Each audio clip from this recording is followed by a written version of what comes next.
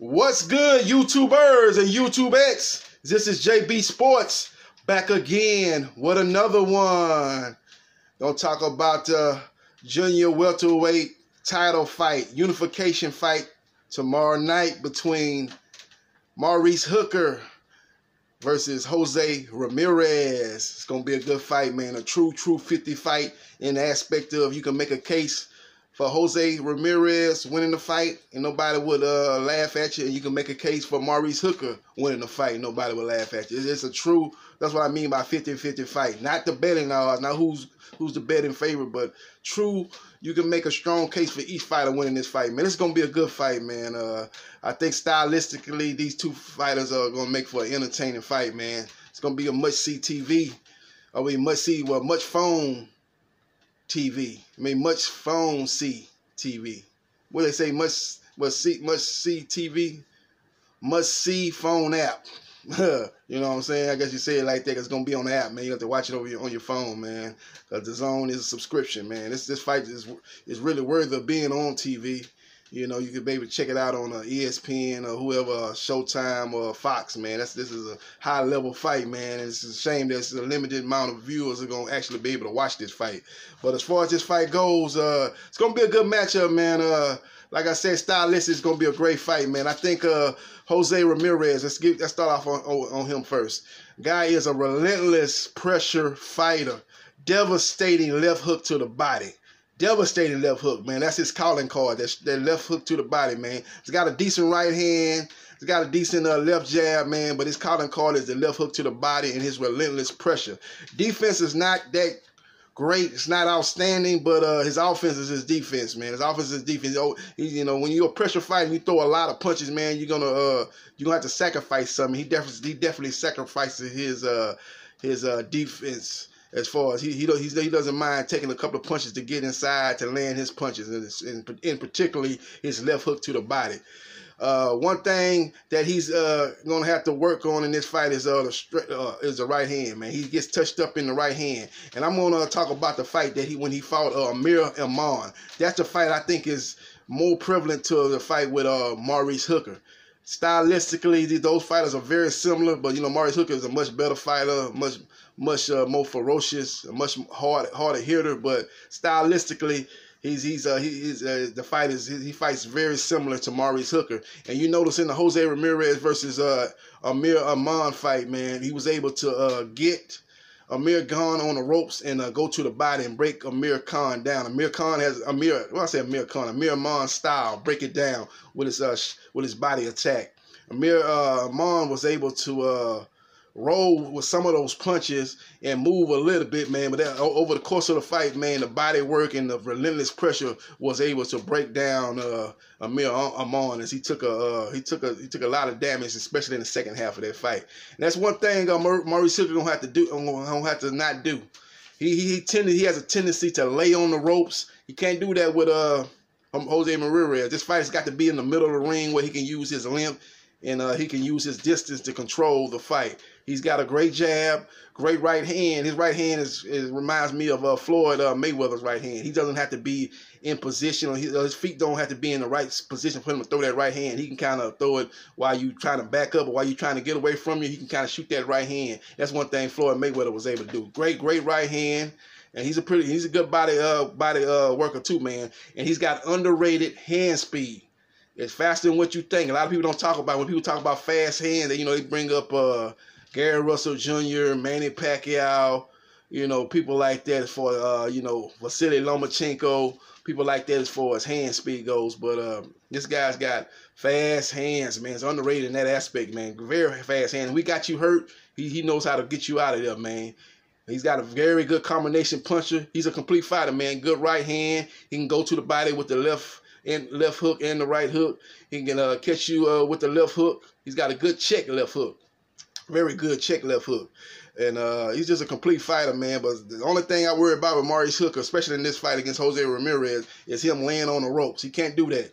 So this fight's going to come down to, can Maurice Hooker withstand the pressure that Jose Ramirez is going to bring to him? Jose Ramirez was able to break down Amir Imran in the second half of that fight. He was able to kind of take over that fight and pretty much win that fight comfortably down the stretch. He's going to attempt to do that with Maurice Hooker. But the only thing you worry about with Jose Ramirez in his last fight, he's got some good opponents on his resume. He's beaten Amir Aman, he's beaten Antonio Orozco, and he's beat Jose Zapata. He's had some good opponents. You know, Maurice Hooker beat Saucedo, and it's probably his best name on his resume, though. Both guys has been in there with quality opposition. But the last fight I saw Jose Ramirez fight, man, it seemed like he was in a tough fight, a tough competitive phone booth type of fight, back and forth type of fight. Both guys were landing punches, and I thought he shouldn't have been in that type of fight considering the quality of opponent he was in. So that led me to believe that he kind of slowed down. His relentlessness, aggressiveness wasn't on the par as it was in previous fights. He still was able to win that fight, but he took a lot of punishment, and his aggressiveness didn't seem to have the effect on opponents that he had in previous fights. Now, if that Jose Ramirez shows up against Maurice Hooker tomorrow night, he's gonna get beat. Maurice Hooker he's one of those guys. It seems like he's got built once he's won the belt, man. He's a elite level fighter. If he can get a win against Jose Ramirez in dominating fashion, you got to start looking at him on the pound for pound list. And top 10. I ain't talking about maybe top 5. You might have to look at him, in my opinion, putting him somewhere on the top 10 of pound for pound. That's what I believe if he wins this fight tomorrow night in dominating fashion. So it's an interesting fight. But if it's the Jose Ramirez that fought Amir Aman and Antonio Orozco shows up, then it's going to be a very good fight, But I just think Jose Ramirez, based on his last fight, seems like he's slowed down a little bit. It seems like that wear and tear, that fighting style, man, that he's fighting, man. It doesn't have a long-term. It has an let me put it like this. It has an expiration date on that fighting style. You look at Brandon Rios. He looked at very dominant early in his career. You know, beating guys up, man, shutting guys down and beating them up and going to the body, relentless pressure, taking punches to land his punches. He was able to walk down a lot of those fighters, but it took a toll for him, and then he started fighting a lot of slick fighters, and he started getting exposed in a lot of those fights. He ended up getting a Manny Pacquiao fight, got dominated in that fight, and it was never the same fighter. So that's what I wonder about with Jose Ramirez. He got the same trainer in Robert Garcia.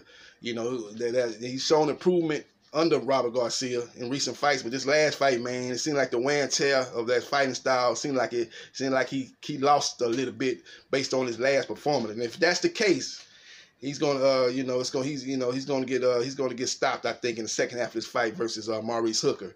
Maybe a lot of people point to the fact that maybe he was not motivated for that fight. He was fighting a guy that wasn't known, not a well-known fighter, and he just didn't bring the same level of focus and same ferocity that he would have based on the opponent. Maybe he took the opponent lightly. In a fight of this magnitude against Maurice Hooker, you'll see the old Jose Ramirez, the guy that fought Aman, and the guy that fought Orozco, and the guy that fought to a degree Jose Zapata. So maybe that's the case. We'll see, man. That's gonna be the $50 million question, man. Will Jose Ramirez be the old Jose Ramirez of old, or will it be the Jose Ramirez we've seen in this last fight? And that's gonna be the case. Maurice Hooker is, like I said, since he's got the belt, he's taken his talent level. He's took his skill level to another. He's took his talents to another level.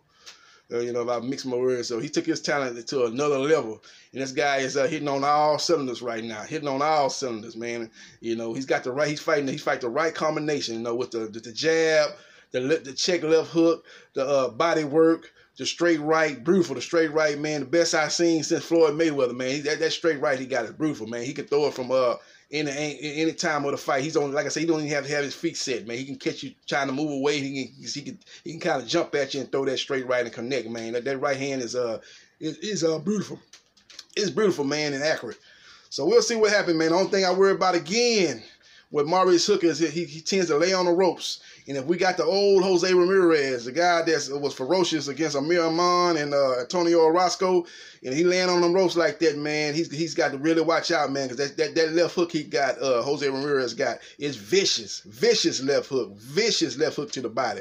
It's the best in boxing. He's got the best left hook to the body in boxing. The best left hook to the head goes to Danny Garcia. The best left hook to the body is Jose Ramirez. And And like I said, Maurice Hooker tends to lay on the ropes a little bit too much. He's gonna have to make sure that fight is in the middle of the ring. So this fight comes down to geography. If the fight is for the most part of the rounds in the middle of the ring, Maurice Hooker will win this fight. But if the fight is for the most part is on the ropes and it's a phone booth type of fight, then Jose Ramirez is gonna have the advantage. It's gonna be a good fight, man. Just come down to geography. If you're Maurice Hooker, again, you want to fight in the middle of the ring, you want to control distance, use your jab, use your combination, use your check left hook, use your straight hand to keep Jose Ramirez at bay. If you Jose Ramirez, you can't be in the middle of the ring. You don't have the skill level of a Maurice Hooker. You ain't gonna be able to outbox him. You ain't gonna be able to beat him in a tactical fight in the middle of the ring. You got to get him on the ropes and make it a phone booth fight on the ropes where you can use your body work, because you are obviously, even though Maurice Hooker is a good body puncher, he's a good body puncher, don't get me wrong, but you got the advantage as far as going to the body due to the fact that your left hook to the body, like I said earlier, is the best in boxing, and you'll be able to kind of try to maul him, body him, and get him up against the ropes where you can throw your punches to the body and throw your straight right, which is underrated, and do your work inside. That's your ticket to winning. Now, one thing Jose Ramirez can't do, he can't just try to go inside. He can't just try to just get inside, because he try to get inside, he's going to pay a price, because to come through the front door, it's just like saying, oh man, you see this house, if you're a robber, I see this house, man, and you know this guy's got a lot of valuable stuff in the house. You seen him coming from the furniture store with these nice beds and nice couches, and you see him coming from Best Buy with these big screen TVs. You be like, man, I'm finna rob this dude. I'm finna come in there and rob him, man. I'm gonna come in there late at night while I think he's sleeping. I'm gonna come in there and rob him and get out and take a lot of his valuables. Now you come through that front door, it's a chance you're gonna get shot. It's a chance, you think this dude got all them valuables and all this stuff and all that stuff. He thinking, and he don't have protection in his house. People might try to come in and rob him. People like to take stuff that don't belong to them and try to get stuff. And try to take stuff where they can take to the pawn shop and pawn it and get some money, get some quick, easy money without actually working and earning it. You think he's going to have a gun waiting for you if you try to come through that front door. You just can't come through that front door empty-handed. If you come through that front door, you better have some weapons with you. You better have a gun with you. You come through that gun, come through it if you really got your mind made up about you about to rob somebody.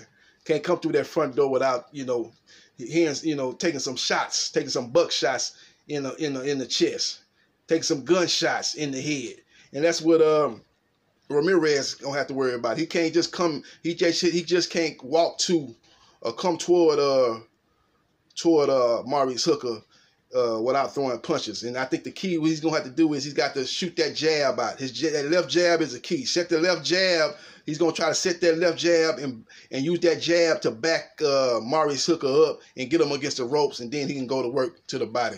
That's going to be the key for him, as far as trying to back up Maurice Hooker. He can't just walk to Maurice Hooker and start, and try to get inside, because he's going to pay a price. He's going to have to jab his way inside. The left jab is going to be the key. If he can set that jab up and back Maurice Hooker up like he did in a Amir Amon fight, then he'll be able to get the fight like he wanted, a phone booth fight against the ropes, and he'll be able to unleash, like I said, the best punch in boxing, the left hook. Now, my prediction is I think Maurice Hooker is going to win this fight.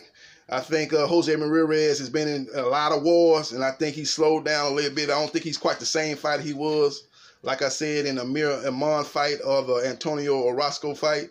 I think it's slowed down enough. I think Maurice Hooker will keep him in the middle of the ring and use the jab, use the straight right, use the body work, and systematically break him down.